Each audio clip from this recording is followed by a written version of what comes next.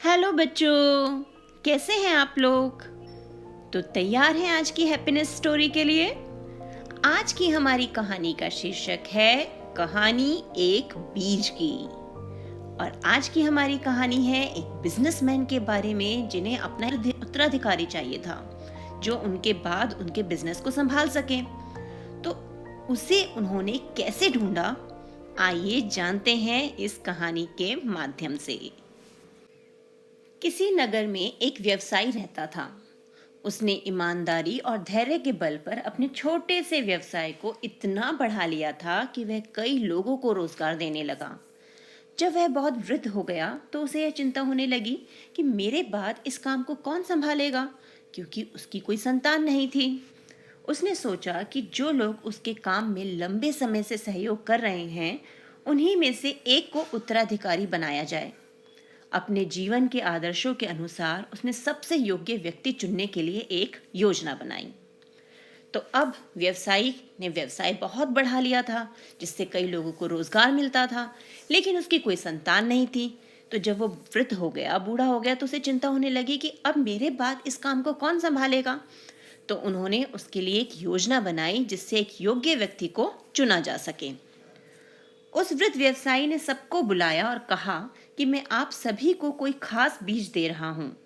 आपको इसे गमले में लगाकर पौधा उगाना है और उस पौधे की अच्छे से देखभाल करनी है। जिस व्यक्ति का पौधा सबसे अधिक स्वस्थ और विकसित होगा, मैं उसे इस व्यवसाय का उत्तराधिकारी बनाना चाहूंगा। उसने कहा कि मैं 6 महीने बाद सभी के पौधों को देखूंगा। सभी लोग उन बीजों को घर ले गए और बड़े उत्साह के साथ गमले में लगा दिए। सभी लोगों ने इसके बारे में अपने घर पर भी बताया ताकि सभी मिलकर उस पौधे की देखभाल कर सकें। कुछ दिनों बाद ही सभी ने अपने अपने पौधे के बारे में बात करना भी शुरू कर दिया।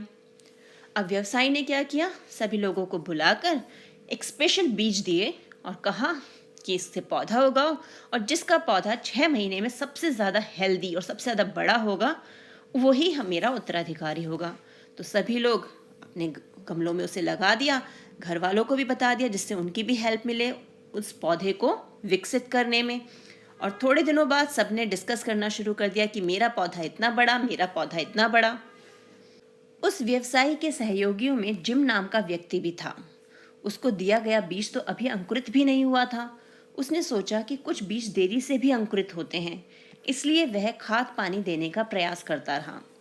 6 महीने बाद व्यवसायी ने सभी को अपने पौधे दिखाने के लिए कहा। सभी अपने अपने गमले लेकर आए जिनमें बड़े बड़े पौधे थे। जिम के गमले में तो बीज अभी अंकुरित भी नहीं हुआ था, लेकिन उसे खुद पर भरोसा था कि मैंने अपने काम में कोई कसर नहीं छोड़ी है, इसलिए मुझे इस बात का कोई अफसोस नहीं कि परिणाम क्या आया। जिम भी अपने गमले को लेकर आया था ताकि कोई यह ना सोचे कि उसने कोई प्रयास ही नहीं किया। दूसरे सभी सहयोगी जिम के खाली गमले को देखकर हंस रहे थे। जब व्यवसायी ने जिम से इसका कारण पूछा तो उसने सारी बातें सच सच बता दी। वह वृद्ध व्यवसायी गंभीर होकर बोला, मैं जिम को अपना उत्तराधिकारी घोषित करता हूँ और मैं चाहता हूँ कि तुम सभी जिम के मार्गदर्शन में इस काम को और आगे बढ़ाओ और खुद को भी आगे बढ़ाओ। जब सभी इस घोषणा को सुनकर एक दूसरे की ओर आश्चर्य से देखने लगे तो व्यवसायी ने कहा कि मैंने आप सभी को उबले हुए बीज दिए थे जो अंकुरित हो ही नहीं सकते। जिम ने किसी लालच के लिए अपने ईमान को नहीं खोया और 6 महीने तक अपना धैर्य भी नहीं खोया, इसलिए मैं इस जिम्मेदारी के लिए उसे ही सबसे अधिक योग्य समझता हूँ। अब जिम अपना गमला लेके पहुंचा तो उसके गमले में तो कोई भी पौधा नहीं उगा हुआ था। तो सब के सब उसका मजाक भी उड़ाने लगे कि ये क्या लाया है, इसके गमले में तो कुछ भी नहीं है, हंसने लगे। पर व्यवसायी ने उससे पूछा, उस बिजनेसमैन ने, कि भाई तुम्हारे गमले में पौधा क्यों नहीं है। तो उसने बता दिया कि मैंने तो पूरी मेहनत की, खाद दी, इसकी पूरी केयर की, लेकिन बीज अंकुरित ही नहीं हुआ। फिर भी क्या हुआ, व्यवसायी ने उसे ही अपना उत्तराधिकारी बना दिया, क्योंकि उस बिजनेसमैन ने सबको कैसे बीज दिए थे, उबले हुए बीज। और हमें पता है उबले हुए बीज तो अंकुरित हो ही नहीं सकते। लेकिन क्या था, बाकी सब ने लालच के चक्कर में नकली दूसरे बीज लगा दिए अपने, और जिम ने अपना लालच ऐसा नहीं किया, उसने ईमान नहीं खोया। तो इसलिए व्यवसायी ने जिम को अपना उत्तराधिकारी बना दिया।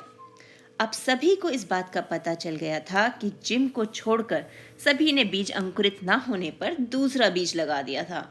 इसलिए वे बहुत शर्मिंदा हुए और क्षमा मांगते हुए जिम के मार्गदर्शन में उस काम को और स्वयं को आगे बढ़ाने के लिए सहर्ष तैयार हो गए।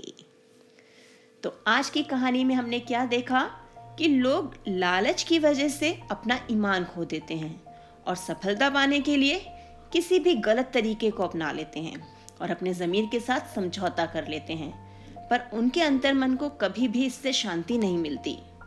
दूसरी ओर सच्चा व्यक्ति, सत्यनिष्ठ व्यक्ति जो है, वो बिना किसी लालच के ईमानदारी और धैर्य के साथ आगे बढ़ता रहता है और जीवन में सफलता की ऊंचाइयों को छूता है। तो कैसी लगी आज की कहानी? कमेंट बॉक्स में कमेंट करके जरूर बताना। तो मिलते हैं एक और प्यारी सी प्रेरणादायक कहानी के साथ।